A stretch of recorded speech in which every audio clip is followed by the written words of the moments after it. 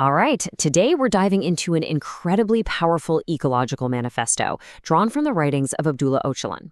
Now, this goes way beyond your typical environmentalism. It doesn't just ask how we can fix our ecological crisis. It makes the case that the very idea of civilization is the root of the problem. So let's get into it. This image right here, it really gets to the heart of what we're exploring. It's a vision of a society that's like a tree, deeply and healthily rooted in the earth. This idea of a living, breathing, interconnected relationship between us and nature, well, that's the central theme of this whole manifesto. And this really frames the whole discussion. The point isn't just about industrial pollution and all the symptoms we see around us. The real issue is the disease itself, something much, much deeper. It's the very foundation of what we call civilization. Let's start unpacking the evidence. Our story begins in the 1970s. And this isn't some arbitrary date. This was the moment, the decade, when the cracks in what's called capitalist modernity just became too big to ignore. This is what sparks these incredible ecological, feminist, and cultural movements that really started to question everything. So, if the system is failing, what are its actual core components? We're now going to move on to identify the main suspects, the foundational structures that this manifesto holds responsible for the crisis we're in. The framework for understanding modern society is presented as a simple but really powerful metaphor, a three-legged stool. And the idea is, if any one of these legs is fundamentally destructive, the whole thing is unstable, right? So what are these three legs? And here they are. First, you've got capitalist production, that engine of just endless growth and profit. Second, there's industrialism, which is the method of production that basically treats nature like it's just a pile of raw materials for us to consume. And third, the nation-state, which is the political structure that organizes and, frankly, enforces this entire system. These three together, they're the bedrock of modernity.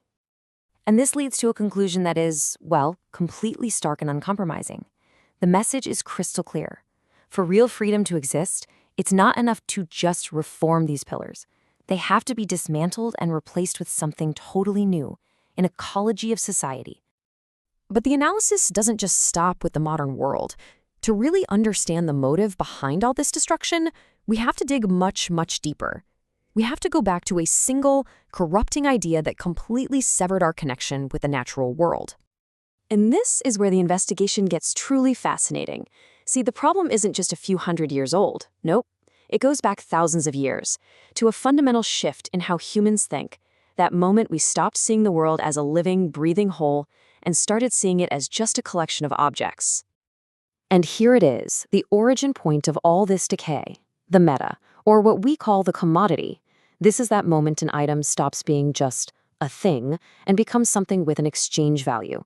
It's the moment a forest is no longer a sacred grove, but is suddenly just a standing reserve of timber. This is pinpointed as the original sin. And once that happens, it sets off a devastating chain reaction. As soon as the commodity is born, its logic just spreads like wildfire through trade. And slowly but surely, this dissolves that rich web of social and ecological relationships, and it replaces them with the cold, hard logic of a transaction. Suddenly, nature and community are just resources. And just think about how profound this statement is. When everything can be bought and sold, our time, our planet, our relationships with each other, we lose something absolutely essential to our humanity. We end up accepting a world where everything has a price, but nothing has real intrinsic value.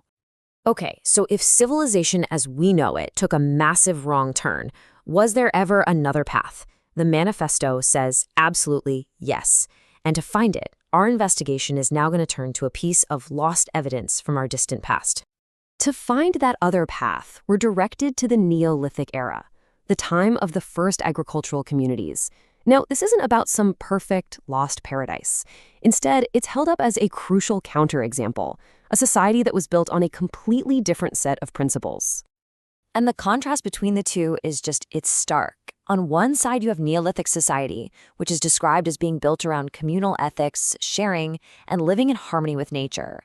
And on the other side, well, you have the model of civilization, which is defined by private property, being separated from nature, and a logic of control and domination.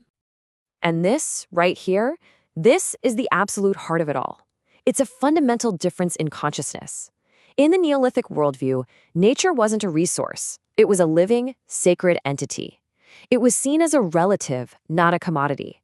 And living in harmony with it wasn't some kind of lifestyle choice. It was the very basis of society's moral and ethical code. So we've laid out the crime, identified the suspects, and we even have the motive. Where does all of this leave us? Let's get into the final section, the verdict, and the radical path forward that this manifesto proposes. And let's be clear, this is not a call for simple reforms or for greener capitalism. Not at all. When the diagnosis is that civilization itself is the illness, the cure has to be just as profound. So let's look at the core principles for a new kind of society. Here are the key ideas. First, moving beyond the core structures of civilization, class hierarchy, the centralized city, and the state. Second, replacing industrialism with technology and an economy that are genuinely ecological. Third, creating a culture that balances our material needs with our ideological and spiritual well-being. And finally, and this is a beautiful concept, reintegrating society with what the philosopher Murray Bookchin called a liberated third nature, a new synthesis, a world where human creativity and technology work in harmony with the natural world to create something new and truly ecological. And so we end with the ultimate question that this manifesto leaves us all to chew on. Is it enough to change our light bulbs and drive electric cars? Or does creating a truly sustainable and free future demand that we challenge the entire operating system of the last several thousand years? It's a profound thought to consider. Thanks for joining us.